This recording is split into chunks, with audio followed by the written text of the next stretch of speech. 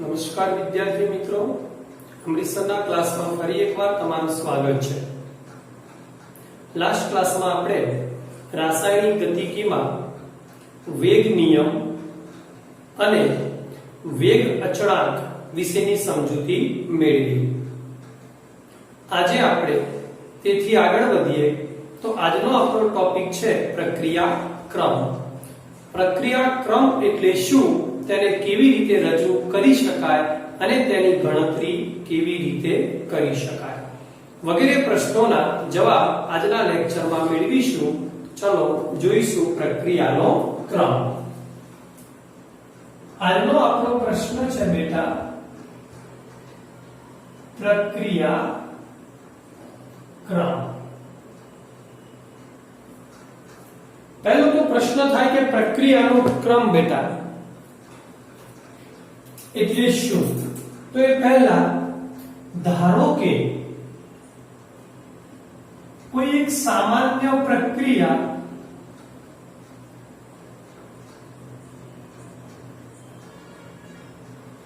A of A, B of B, it gives C of C અને B of D છે।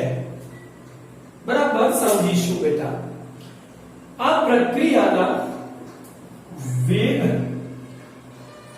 ની રજૂઆત વેગ નિયમને આધારે કરો તો k મેં તમને લાસ્ટ ક્લાસમાં પણ કીધું હતું a ની x ઘાત અને b ની y ઘાત છે।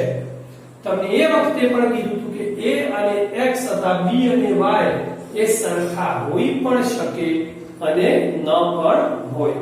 અને એ જ વખતે મેં ચર્ચા કરેલી બેટા કે x અને y કેવી રીતે મેળવવા એ આગળના લેક્ચરમાં જોઈશું। તો આજના લેક્ચરમાં સંપૂર્ણ આ x અને y કેવી રીતે મેળવીશું એની ચર્ચા કરીશું। અહીં સમજો x અને y શું છે બેટા? એ આપણા જે પ્રક્રિયકો છે ને a અને b ની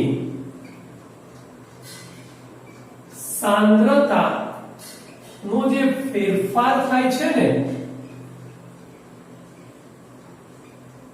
એની સંવેદનશીલતા બતાવે છે। સંવેદનશીલતા દર્શાવે છે। મીન્સ a અને b ની સાંદ્રતા માં થતો ફેરફાર કેટલો સંવેદનશીલ છે એ આપણો x અને y નું મૂલ્ય દર્શાવે છે। બીજું એક્ઝેક્ટ બેટા x શું છે? તો સાંદ્રતાઓ a ની ઘાત છે x, તો x એ પ્રક્રિયક a ની સાપેક્ષે પ્રક્રિયાનો ક્રમ છે।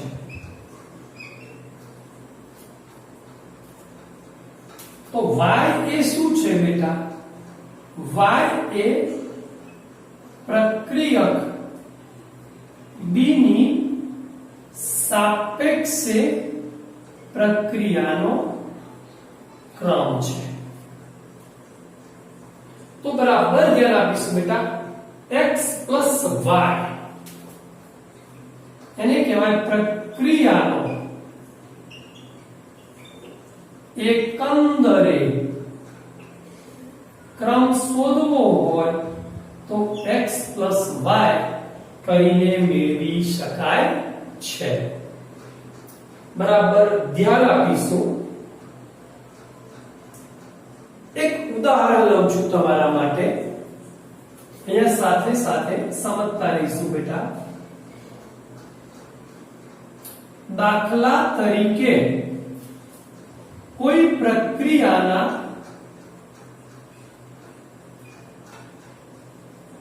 વેગની અભિવ્યક્તિ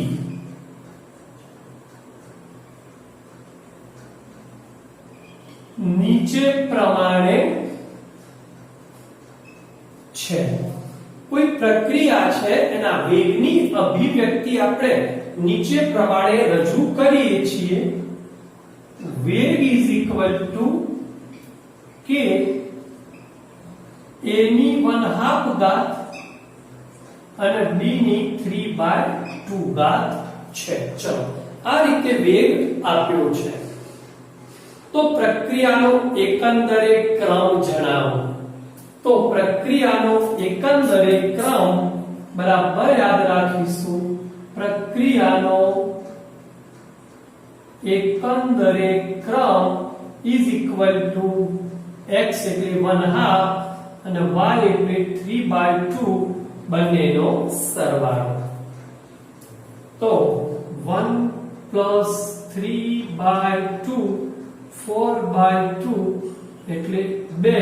એટલે આપણી પ્રક્રિયા દ્વિતીય ક્રમની છે.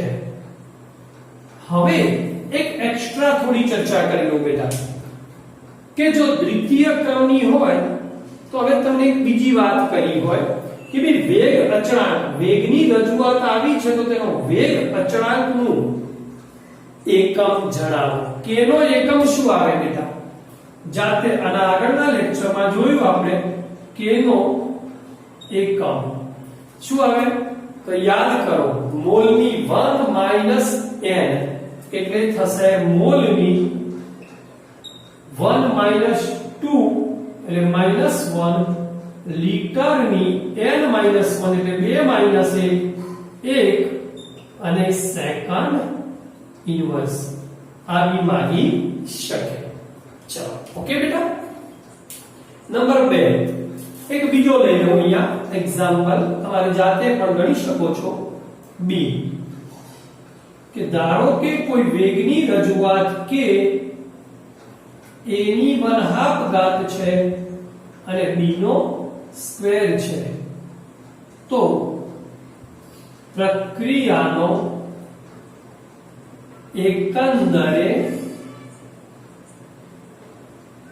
ક્રમ જણાવો. આવી ગયા બેટા. હવે પ્રક્રિયાનો એકંદરે ક્રમ 1/2 + 2 કરી મેળવી લેવો. કેટલો આવે છે બેટા? ચલો પ્રક્રિયાનો એકંદરે ક્રમ ઇઝ ઇક્વલ ટુ 1/2 + 2 બે ને રસાડીએ 2 × 4 ને 5 5/2 મળે. ઓકે ચલો હવે કોઈ બી એક્ઝામ્પલ આપ્યા હોય આવડી જાય બેટા. સી કોઈ વેગની રજૂઆત કે a ની 1/2 ઘાત અને b ની સમજી લેજો 0 ઘાત છે. તો વેગ એકંદરે પ્રક્રિયાનો ક્રમ આ પ્રક્રિયા માટે જણાવો. ચલો સેલ્ફ વર્ક કરી લેવું.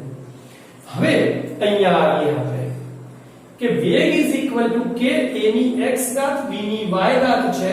x y એ પ્રક્રિયક a અને b ની સાપેક્ષે એની જે સાંદ્રતામાં ફેરફાર થાય છે તેની સંવેદનશીલતા એટલે કે કેટલી પ્રક્રિયા સંવેદનશીલ છે એ બતાવે છે.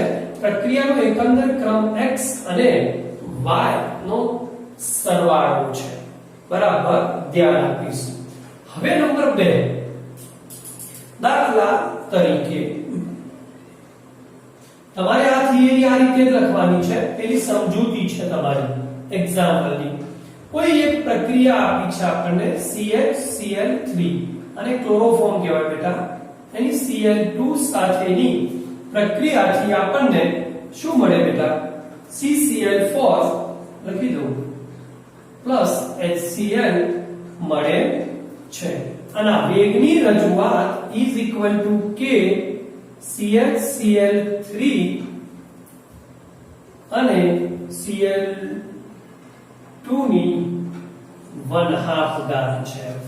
ચલો તો પ્રક્રિયાનો એકંદરે ક્રમ જણાવો. પ્રક્રિયા જ લઈ લીધી આપણે તો શું થશે બેટા?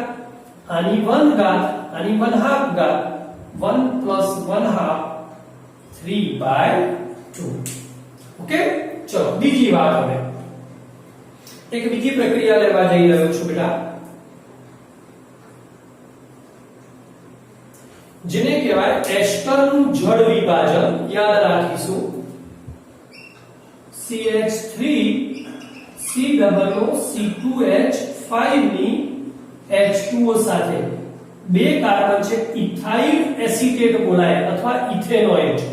ઇથાઇલ એસિટેટ અથવા ઇથાઇલ ઇથેનોએટ ની પાણી સાથેની જ્યારે પ્રક્રિયા કરીશું ત્યારે આપણને આવું મળશે બેટા, એક એસિટિક એસિડ મળે અને બીજો ઇથેનોલ C2H5OH મળે છે. તો આના વેગની રજૂઆત વેગ K, સમજી લેજો, વેગ K. હવે આ પ્રક્રિયકના અનુસંધાને CH3COOC2H5 ની 1 ઘાત અને H2O ની 0 ઘાત છે. તો પ્રક્રિયાનો એકંદરે ક્રમ તમે સમજી શકો છો બેટા, 1 + 0 1 થાય છે. જરા પેલું નોંધ કરી લેશો, આગળ ઉપર જોઈએ. ચાલો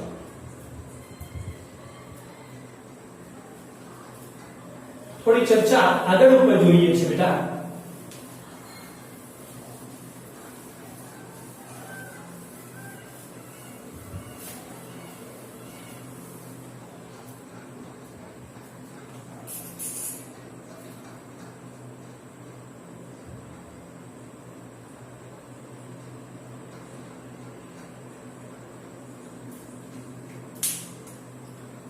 તો પ્રક્રિયાનો ક્રમ શું હોઈ શકે બેટા?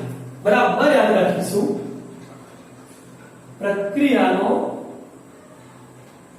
ક્રમ એટલે શું?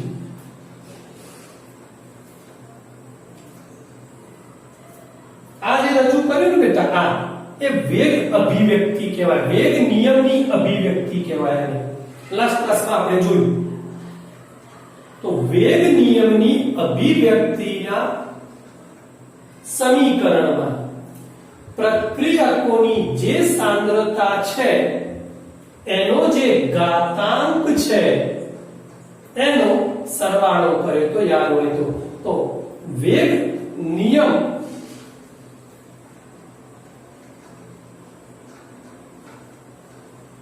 ની અભિવ્યક્તિમાં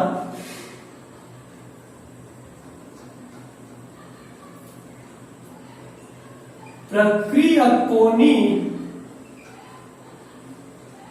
જે સાંદ્રતા છે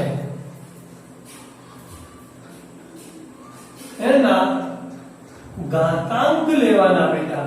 પ્રક્રિયકોની સાંદ્રતાના ઘાતાંકના સરવાળો લેવાનો બેટા. સરવાળાને તે રાસાયણિક પ્રક્રિયાનો પ્રક્રિયા ક્રમ કહે છે.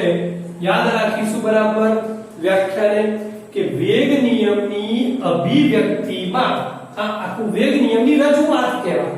વેગ નિયમની અભિવ્યક્તિમાં પ્રક્રિયકની સાંદ્રતાનો જે ઘાતાંક છે એનો આપણે સરવાળો કર્યો તો પ્રક્રિયકની ઘાતાંકની સાંદ્રતાની ઘાતાંકનો જે સરવાળો છે એને પ્રક્રિયાના ક્રમ તરીકે ઓળખવામાં આવે છે.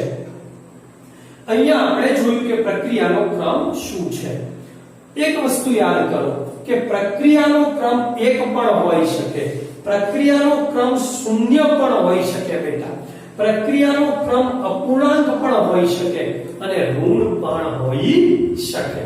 તો બરાબર યાદ રાખીશું બેટા કે પ્રક્રિયાનો ક્રમ એ કા શૂન્ય હોય, 1 હોય, 2 હોય, 3 કે શું હોઈ શકે, અપૂર્ણાંક પણ હોઈ શકે.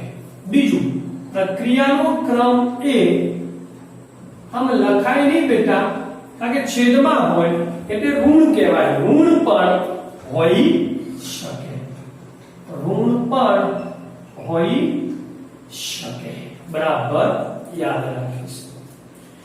હવે મિત્રો કેટલીક પ્રક્રિયાઓ એવી હોય કે જે માત્ર એક જ તબક્કામાં પૂર્ણ થતી હોય. તો જે પ્રક્રિયા એક જ તબક્કામાં પૂર્ણ થાય તે પ્રક્રિયાને પ્રાથમિક પ્રક્રિયા કહીશું. પ્રાથમિક પ્રક્રિયા કહે છે. યાદ રાખીશું બેટા, પ્રાથમિક પ્રક્રિયા જે માત્ર એક જ તબક્કામાં પૂર્ણ થાય તેવી પ્રક્રિયાને પ્રાથમિક પ્રક્રિયા કહે છે. લગભગ યાદ રાખજો, હવે લગભગ બોલું છું. પ્રાથમિક પ્રક્રિયાઓ હોય ને તો એમના તત્વયોગમિતીય ગુણાંકો અને તેમના સાંદ્રતાના ઘાતાંકો સમાન હોઈ શકે. લગભગ સમાન હોય તો x a હોય એટલે આમાં a ઘાત મૂકી દો અને આમાં b ઘાત મૂકો તો વાંધો આવે નહીં. કારણ કે તે માત્ર પ્રક્રિયકની સાંદ્રતાનો ઘાતાંક છે, તત્વયોગમિતીય જેટલા જ હોય છે. બરાબર યાદ રાખીશું. કેટલાક ઉદાહરણોથી આગળ સમજીએ છીએ. જે પ્રક્રિયા માત્ર એક જ તબક્કામાં પૂર્ણ થાય છે તેને પ્રાથમિક પ્રક્રિયા કહેવાની. અને પ્રાથમિક પ્રક્રિયા માટે તત્વયોગમિતીય ગુણાંકો સમજી લેજો. તત્વયોગમિતીય ગુણાંકો અને પ્રક્રિયાના ક્રમ સમાન હોઈ શકે. બરાબર યાદ રાખશો. હું લખી દઉં છું અહીંયા કે આવી આ એક્સ્ટ્રા છે બેટા. આવી પ્રક્રિયાના તત્વયોગમિતીય ગુણાંકો પ્રક્રિયકોના અને તેમનો પ્રક્રિયાનો ક્રમ સમાન હોઈ શકે. મે બી પોસિબલ, લગભગ સમાન જ હોય છે. નંબર 2, પણ મિત્રો કેટલીક વખતે એવું બની શકે બેટા કે પ્રક્રિયા એક જ તબક્કામાં પૂર્ણ થવાની જગ્યાએ ક્રિયાવિધિ હોય. પ્રક્રિયા જુદા જુદા તબક્કામાં બનતી હોય, મીન્સ પ્રક્રિયાની શ્રેણી રચાતી હોય. તો જો પ્રક્રિયા એક કરતા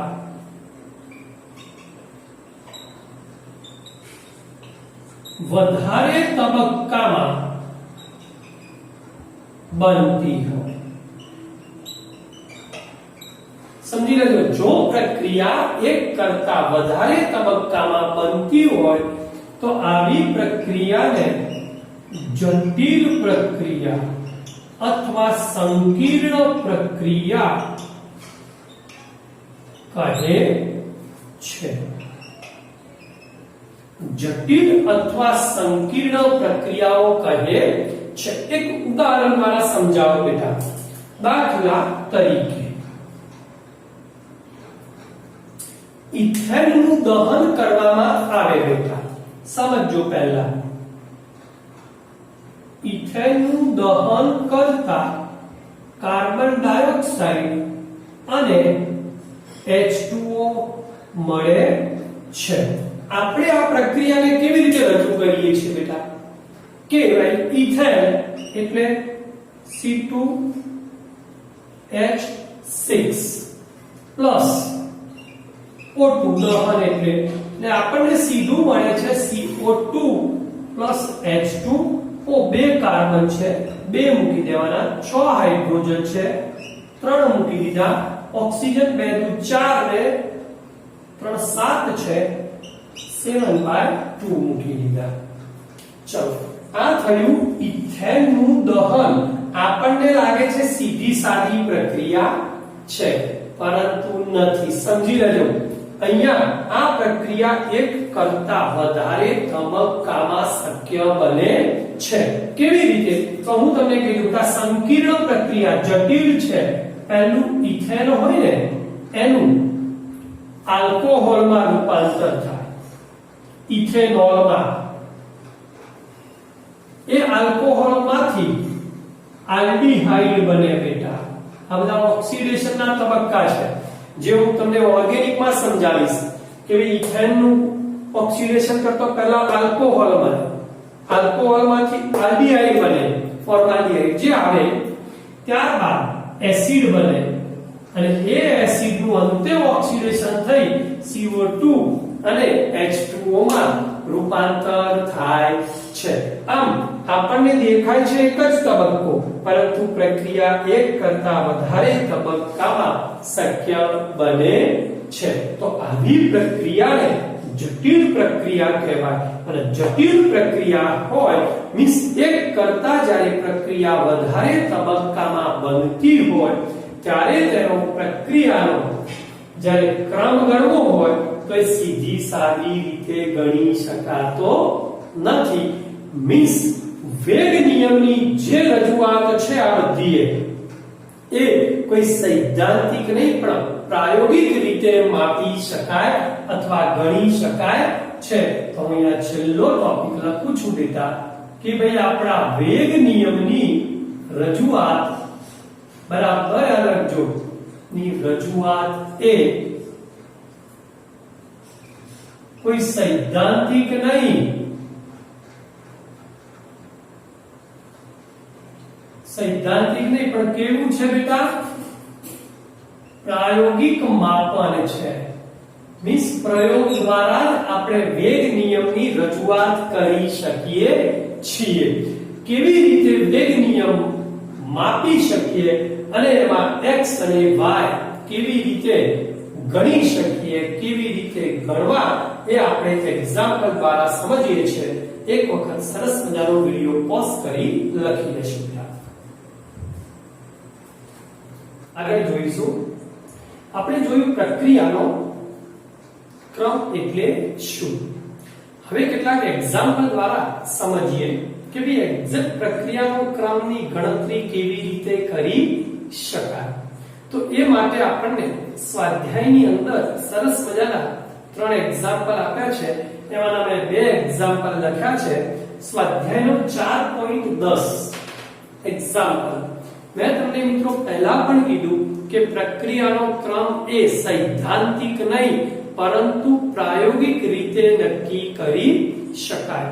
તો ધારો કે આપણે કોઈ એક પ્રક્રિયા લીધી, એમાં A અને B વચ્ચેની પ્રક્રિયામાં પ્રારંભિક પ્રક્રિયાનો વેગ r0 છે. એ A અને B બંનેની જુદી જુદી સાંદ્રતાએ માપવામાં આવ્યા. પ્રારંભિક પ્રક્રિયા વેગ r0 એ A અને B ની બંનેની જુદી જુદી સાંદ્રતાએ માપવામાં આવ્યા હતા. જે નીચે પ્રમાણે એક સરસ મજાનું કોષ્ટક બનાવેલું છે કે ભાઈ A શરૂઆતમાં પહેલા તબક્કામાં પ્રયોગ 1 માં 0.2 હતો ત્યારે B ની સાંદ્રતા 0.3 હતી. ત્યારે પ્રક્રિયાનો વેગ હતો 5.07 ગુણ્યા 10⁻⁵. કેટલાક મિત્રોને અહીંયા કોઈ ભૂલ હોય બુક્સમાં તો સુધારી લેવી.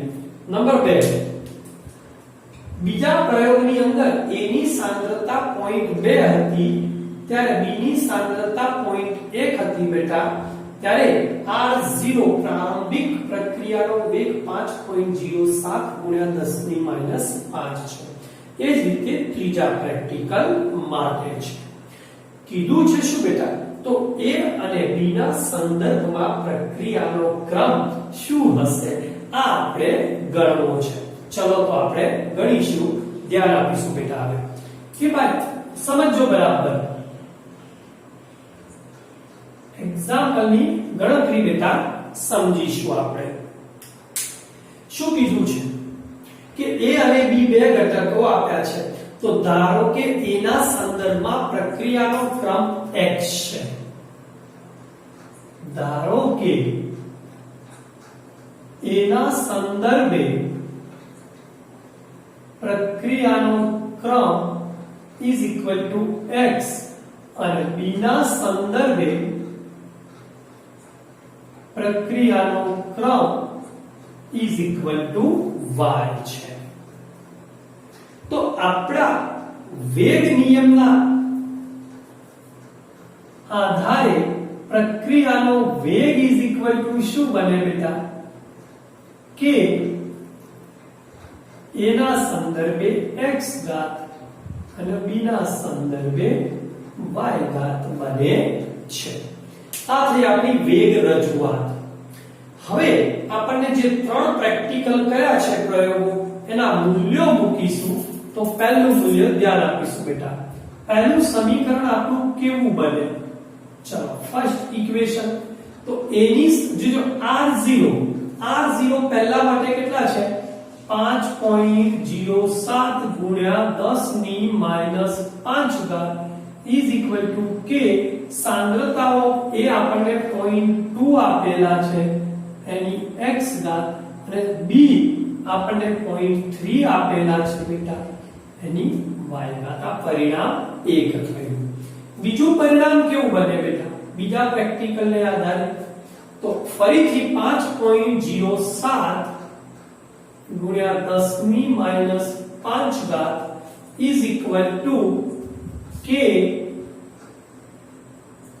a ની કેટલી ઘાત છે? 0.2 ની x ઘાત અને b બેટા 0.1 ની y ઘાત. નંબર 3 બરાબર ધ્યાન આપીશું. છે આપણી પાસે 1.43 ગુણ્યા 10 ની -4 ઘાત ઇઝ ઇક્વલ ટુ k 0.4 ની x ઘાત અને 0.05 ની y ઘાત. ત્રણ સમીકરણ મળ્યા. હવે બેટા આ ત્રણ સમીકરણને આપણે ઉકેલી અને x અને y ની કિંમત મેળવીશું એટલે આપણો પ્રક્રિયાનો ક્રમ આપણને મળી જશે. કેવી રીતે? તો ધારો કે મારે y મેળવવો છે તો x ની કિંમત સરખી હોય એ જોઈ લેવાની. ઓકે, તો આ બંને નો ગુણોત્તર લેતા પરિણામ 1 ભાગ્યા પરિણામ 2 કરતા. ચલો 5.07 10 ની -5 ઘાત ઇઝ ઇક્વલ ટુ k 0.2 ની x ઘાત 0.3 ની y ઘાત ભાગ્યા 5.07 -5 ઘાત છેદમાં k 0.2 ની x ઘાત અને 0.1 ની y ઘાત. આ તો બેટા સમાન છે એટલે એક થઈ ગયા ઇઝ ઇક્વલ ટુ જો અહીંયા k ગયા સમજો બરાબર 0.2 ની x ઘાત 0.2 ની x ઘાત ગયા શું વધ્યું 0.3 ની ઘાત અને 0.1 ની y ઘાત 0.3 ભાગ્યા 0.1 ની આ રીતે લખો તો બી ચાલે y ઘાત. હવે 0.3 ને 0.1 એટલે 3 ની y ઘાત કરી શકાય આપણે જાણીએ છીએ. હવે એક છે બેટા મારે 3 ની y ઘાત છે તો હું 3 ની 0 ઘાત મૂકી શકું. કોઈ પણ સંખ્યાની 0 ઘાત એટલે 1 આધાર સરખા કરવા મેં 3 ની 0 ઘાત therefore y is equal to 0 આપણી પાસે આવી ગયા. ક્લિયર? હવે નંબર 2 મારે મેળવવા છે x. તો x મેળવવા શું કરીશું? ચલો તમે વિચારશો બેટા તો જવાબ આવી જશે. પરિણામ શું કરીશું? 1/3 અથવા 3/1 જે કરવું હોય 3/1 કરીએ. ચાલો પરિણામ 3/પરિણામ 1 કરતા શું આવશે બેટા? 1.43 10 ની -4 ઘાત છેદમાં 5.07 10 ની -5 ઘાત ઇઝ ઇક્વલ ટુ બંનેમાં 1.43 એટલે k 0.4 ની x ઘાત ને 0.05 ની y ઘાત આવશે બેટા. થોડી તકલીફ પડે એવી છે. ચલો તો થોડા નાના અક્ષર કાઢું છું બેટા. હું અહીંયા જ લખી દઉં છું. ચલો થોડી તકલીફ પડે એવી છે તો બરાબર ધ્યાન આપીશું.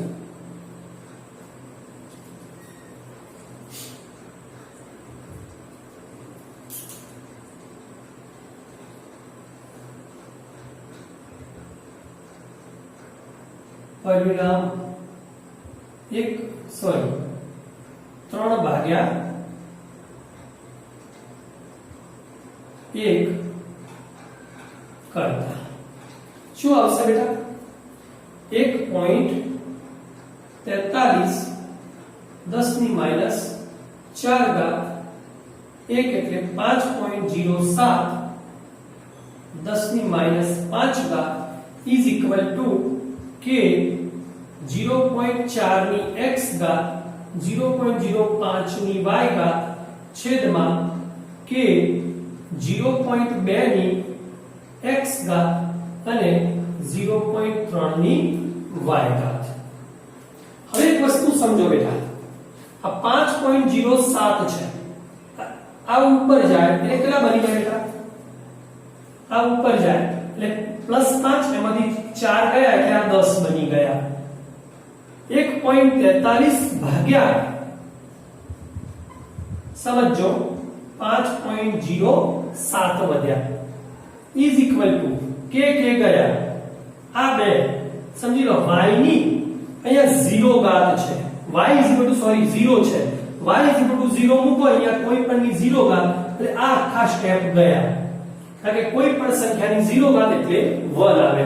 તો અહીંયા શું વધ્યું બેટા? 0.4 ની x ઘાત બાય 0.2 ની x ઘાત. બોલો ક્લિયર? ધેરફોર આ થયા 14.3 બેટા. હા અને ભાગ્યા 5.07 કરો શું આવે છે મને કહો જરા? આ આવશે 2 ની x ઘાત. ચલો 14.3 ભાગ્યા 5.07 છે. હવે એક પ્રશ્ન થાય કે x ની કિંમત કેવી રીતે મેળવવી? બરાબર ધ્યાન આપશો. 14.03 ભાગ્યા આટલા કરી બંને બાજુ log લેવાના અને log લઈ અને x ની કિંમત મેળવીશું તો x મેં ગણેલી છે બેટા, x ની કિંમત આવે છે એપ્રોક્સિમેટલી 1.49 સમજી રહેજો ઇઝ ઇક્વલ ટુ 1.5 કહીશું આપણે. 1.5 1.5. ચલો તો x ઇઝ ઇક્વલ ટુ આયા આપણા બરાબર યાદ રાખીશું બેટા.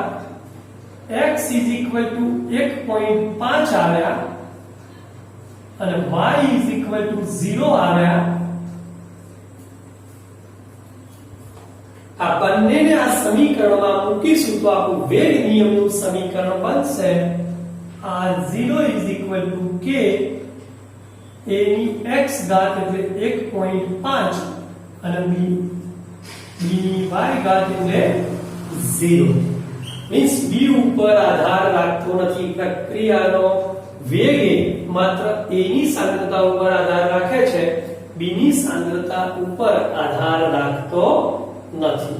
ચલો કમ્પ્લીટ બેટા આપણો જવાબ. હવે કુલ પ્રક્રિયા ક્રમ કીધો હોત તો, કુલ અથવા પ્રક્રિયાનો એકંદરે ક્રમ કીધો હોત તો શું કરો? 1.5 plus 0 is equal to 1.5. Okay video pause કરી એક વખત લખી દેશો બેટા. ઓકે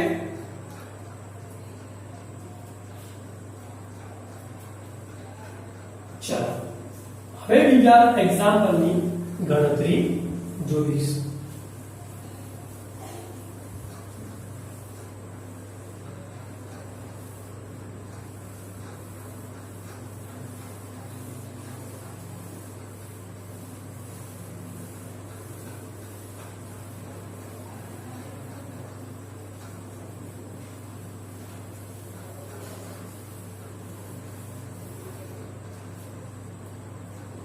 શું કીધું બેટા બીજામાં કે 2a + b gives c + d આ પ્રક્રિયા આપી છે. ગતિકીના અભ્યાસ દરમિયાન નીચેના પરિણામો મળ્યા છે. અહીંયા ચાર પ્રેક્ટિકલ છે જોઈ લો, પણ ઘટકો તો બે જ છે, a અને b. તો બરાબર ધ્યાન આપશું. ધારો કે ગણતરી શરૂ આપી એના એ જ મેથડ બેટા ગણતરી. ધારો કે એના સંદર્ભે પ્રક્રિયાનો ક્રમ x અને b ના સંદર્ભે પ્રક્રિયાનો ક્રમ y છે. મળ્યા છે આપણે ચાર પરિણામો મળ્યા. હવે શું માંગ્યું છે જુઓ બરાબર. તો પ્રક્રિયાનો વેગ નિયમ ગણવો છે અને વેગ અચળાંક પણ નક્કી કરો. બંને નક્કી કરવા છે.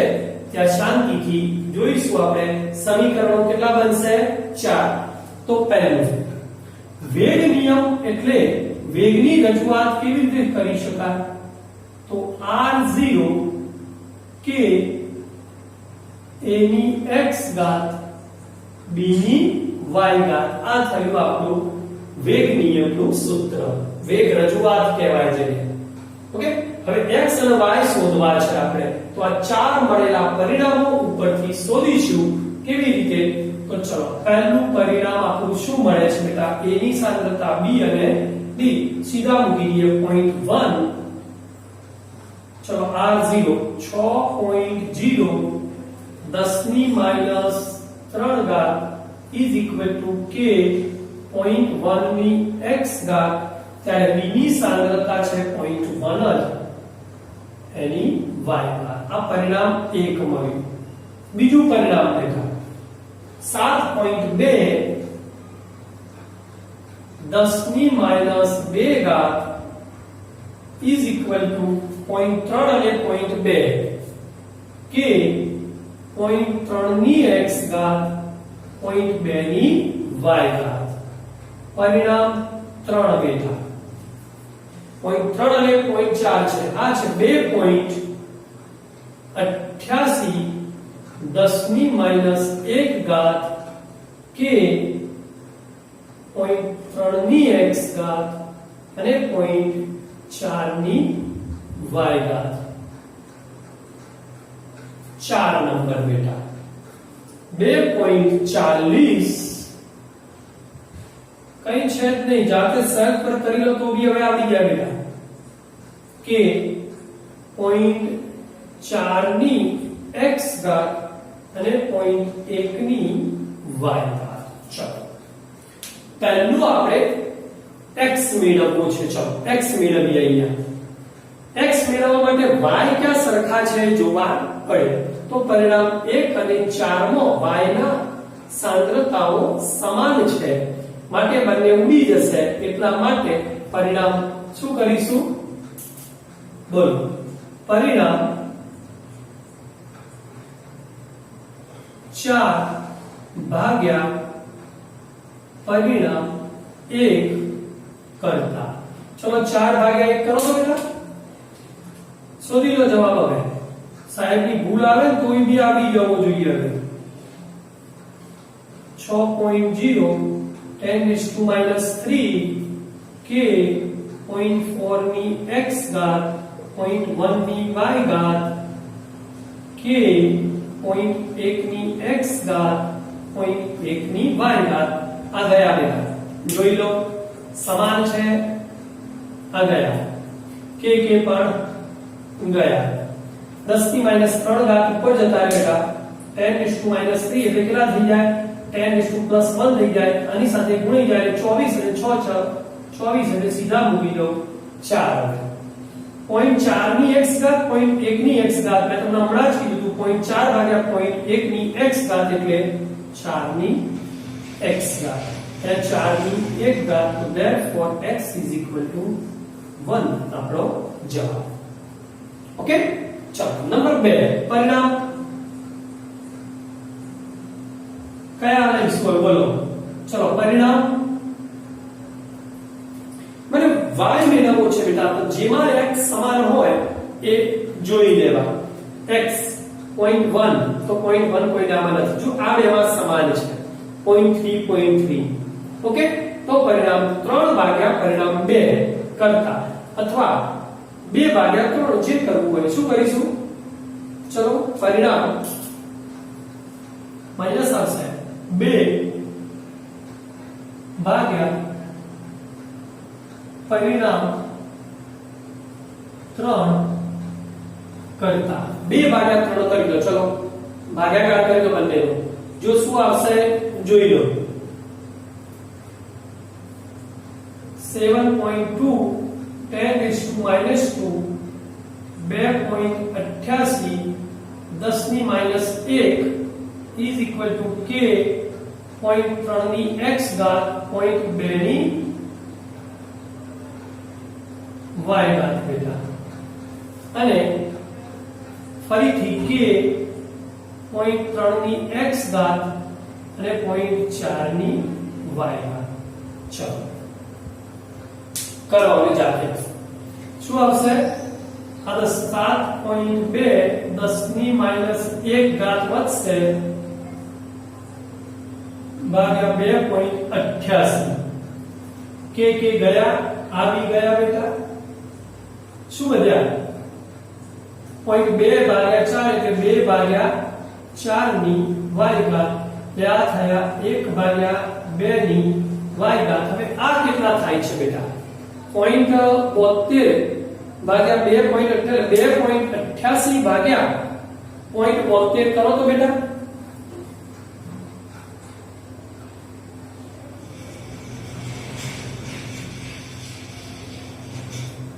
2.88 ભાગ્યા 0.72 કરો. ઓકે, હા 1 ભાગ્યા 4 આવે છે મારે આ, તો શું થશે બેટા. હવે 1 ભાગ્યા 4 એટલે સીધું કહી દઉં. હવે આ 1 ભાગ્યા 4 ને 1 ભાગ્યા 2 નો સ્ક્વેર અને 1 ભાગ્યા 2 ની y ઘાત, એટલે 1 ભાગ્યા 2 છે એટલે y is equal to automatic કેટલા આવી ગયા 2. ચલો કમ્પ્લીટ, x આવી ગયા y આવી ગયા.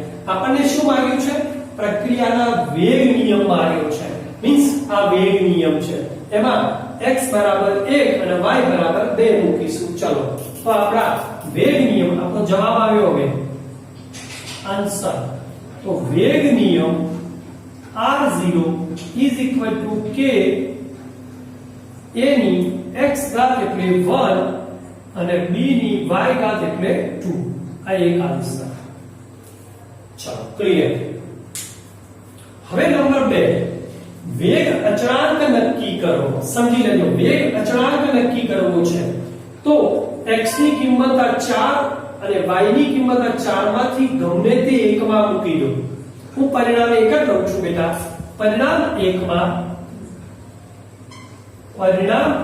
માં x બરાબર 1 અને y બરાબર 2 લેતા જોજો બરાબર x બરાબર 1 અને y બરાબર 2 લેતા જવાબ શોધશો.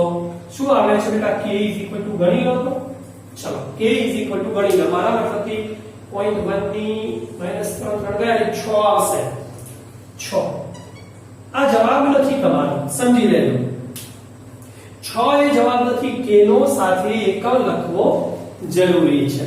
તો કુલ પ્રક્રિયાનો ક્રમ કેટલો હતો, 2 અને 1 3. તૃતીય ક્રમની પ્રક્રિયા છે ને તૃતીય ક્રમની પ્રક્રિયામાં k નો એકમ શું બને, તો મોલ ની -2 લીટરની 2 અને સેકન્ડ ઇન્વર્સ બને. હવે તમારો જવાબ કમ્પ્લીટ થયો બેટા. તો k = 6 યાદ રાખીશ. બંને એક્ઝામ્પલ શાંતિથી પહેલો ગણાવ્યો, બીજો ગણાવ્યો, આવો ને આવો સેમ ટુ સેમ સેલ્ફ વર્કમાં સ્વાધ્યાયમાં બેટા સ્વાધ્યાયનો 4.11 ગણ્યો ને તો 12 આપ્યું છે. આ સેલ્ફ વર્કમાં ગણી લેવું એ પણ એક મહત્વનો એક્ઝામ્પલ છે. ધ્યાન આપી ગણી લેવો જાતે. તો આજે આપણે સરસ મજાના પ્રક્રિયા ક્રમ અને એને લગતા કેટલાક એક્ઝામ્પલ જોયા. હજુ પ્રક્રિયા ક્રમ એક ધારો કે કોઈ પ્રક્રિયા એક કરતા વધારે તબક્કામાં બની રહી છે, મીન્સ કેટલાક તબક્કા ઝડપી છે અને કેટલાક તબક્કા ધીમા છે, ત્યારે પ્રક્રિયાનો ક્રમ કેવી રીતે ગણવો એ આપણે આણ્વિકતા જોયા બાદ સરસ મજાની હિન્ટ એની મેળવીશું, જે નીટ અને જીમાં ખૂબ જ મહત્વનો ટોપિક છે. તો આજના ક્લાસમાં બસ આટલું જ. નેક્સ્ટ ક્લાસમાં મળીએ. ત્યાં સુધી અમરીશ સરને રજા આપશો. જય શ્રી કૃષ્ણ.